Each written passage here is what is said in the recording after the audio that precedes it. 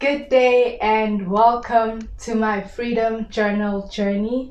I am Nonkululeko Sishi, and in today's video, I'll be sharing my sixth emotional perception influence, which are the dynamics that I grew up under and the values that were intentionally instilled.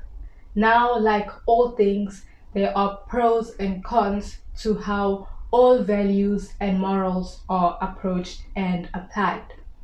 I had shared in my fourth emotional perception influence how my grandmother had grown up and the experiences that influenced her. And as a result, I see how for her having a supportive, caring, and loving family structure come from her was important. I have taken note that when we haven't healed from past experiences, we end up embodying the behaviors that had hurt us.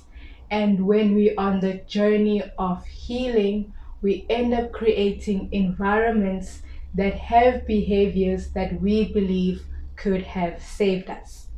So, looking back at her needs then, a supportive network and structure makes sense.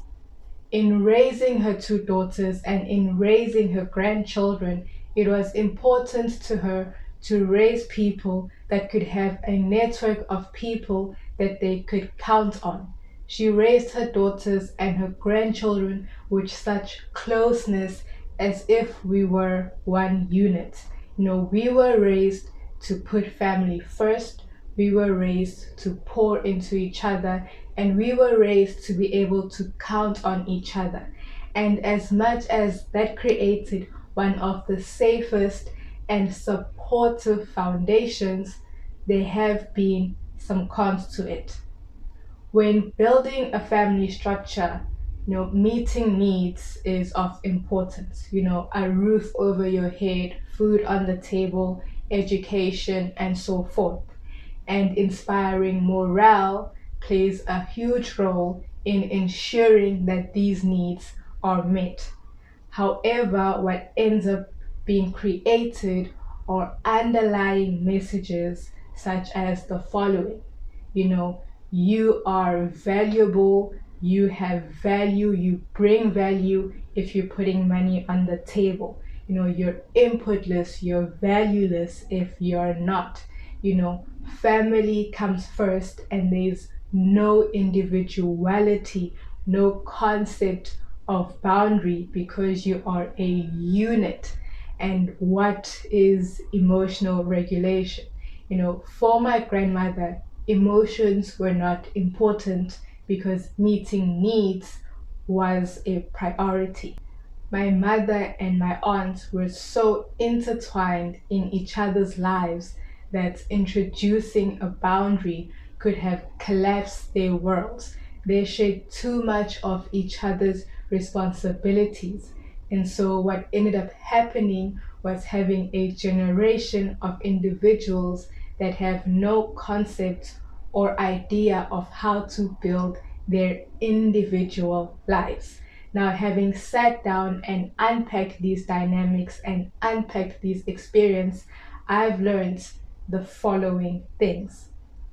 The first is that a boundary does not mean that I am not available to being your aid. However, let's sit down and define your responsibilities and define what it is that I am able to participate in. The second thing I learned was to define someone's value with their strengths, because strengths can be applied at home and externally, and all strengths and skills are of value in the home. The third thing I learned was that family is about contribution. So you can contribute your skills in the home, or you can contribute your skills externally, get paid for them, and then pay for the skills that are needed at home. The fourth thing I learned is that we are not our skills. Yes, there are some skills that are more valuable than others, out in the world, but we are not our skills. We are not our emotions. We are not how we feel. We are how we acknowledge our skills, acknowledge our emotions. We are the decision to sit down and unpack our emotions, unpack our skills, define them, and use them in a valuable manner. And the fifth thing was that building a family structure requires sitting down, taking inventory, and defining needs and skills and value.